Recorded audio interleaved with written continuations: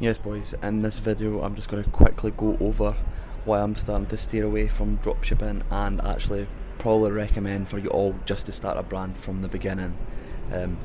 Because when it comes to dropshipping, you're probably going to get into it and you're going to be testing so many different products and seeing so much unsuccessful results testing shit products that you find on AliExpress, Temu or through the Facebook ad library. Obviously there is lots of winners out there in terms of dropshipping, but I feel like as a beginner you're probably going to be wasting a lot of your time selling products that are just shit and don't provide any long-term value. So what I would actually start to recommend people to do is actually go for a brand from the get-go. It does require a bit more startup capital, but now looking back on my journey, even though we've made quite a bit of profit, significant progress from the beginning, I think that you're actually better starting with a brand, creating a product and going from there. It's a bit more difficult because obviously you need to create a product, try to find how to source it, manufacture it and actually figure out if it is feasible to be sold. Does it have a place in the market? The more that we look into it, we actually think that it's pretty easy. Like, there's so many different factories you could find online. If you actually have a product idea in mind, you're better off starting with a brand. The process that we're going through currently is obviously sourcing the product and trying to find a reliable manufacturer. But once you've got that, you probably only need around £2,000 to £3,000 of capital to start up. It's going to be slow scale to begin with. You're not going to get that many orders, but the benefit of doing this compared to selling shit products, constantly testing new products with dropshipping, is that it's got long-term sustainability, and if it's something that you believe in, you're going to be running it for years to come.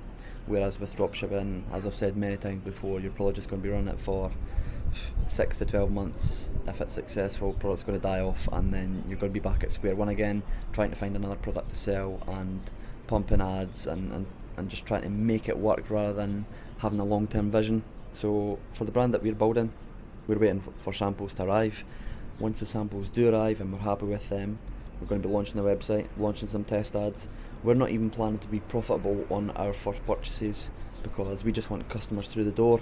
We've got a few products in mind that we're going to be launching within the future, so the plan is launch the first product by hopefully October time, go through Q4, so October, November, December into January, see how we get on. Even if we have 4 months of break-even orders, so we're putting out ads and fulfilling orders, getting customers to purchase a product and see how they react to it. Do they like it? What's wrong with it? What can be improved? And so on.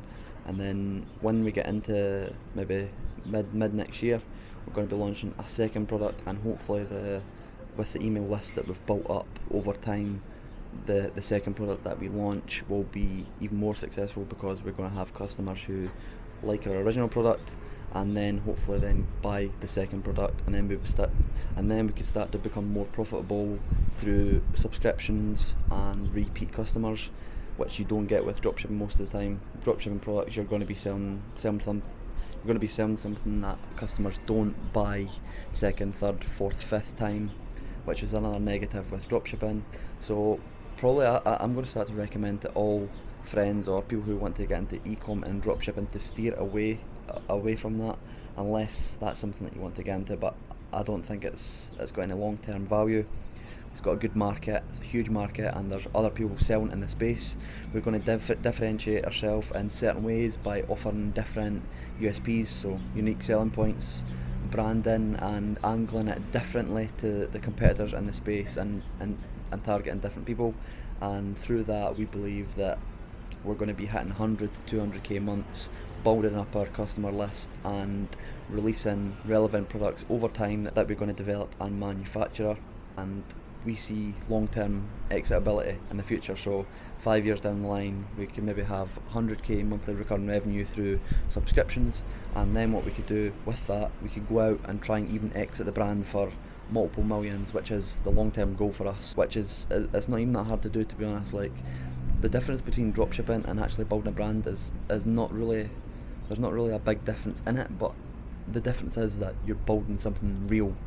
Whereas with dropshipping, you're just building a store to get as many sales as possible, and in a way it's kind of like conning customers, not scamming customers, but you're like trying your best to get that sale over the line. Once you've got that sale over the line, don't really care about the customer's experience beyond that, because as long as they receive the product in a timely manner, they like it, don't return it, and the product works, that's fine. But you're not going to be getting any repeat purchase, you're not going to be getting any second or third or fourth orders off that, which is not utilising Facebook's ad platform to its highest potential, because Facebook's built its ad system to acquire customers for long-term LTV. So when you acquire a customer, say for £10 to £15, that shouldn't just be for the one purchase, it should be for 3 or 4 purchases, which means that you could be break even on your first purchase, and then when they do buy their second, third, fourth order, you're then going to be like so much more in profit, purely because they're buying multiple times. So that is one thing to consider if you do want to get into dropshipping and ecom. And if you have the money there, even £2,000, £3,000, £4,000, and you've got a product idea in mind, I would go for brand building, to be honest, because you're going to be learning just as much as you would be in dropshipping, but it's going to be a product that you have in hand, something that you actually might use yourself and want to use yourself, but you don't see a product out there in the market.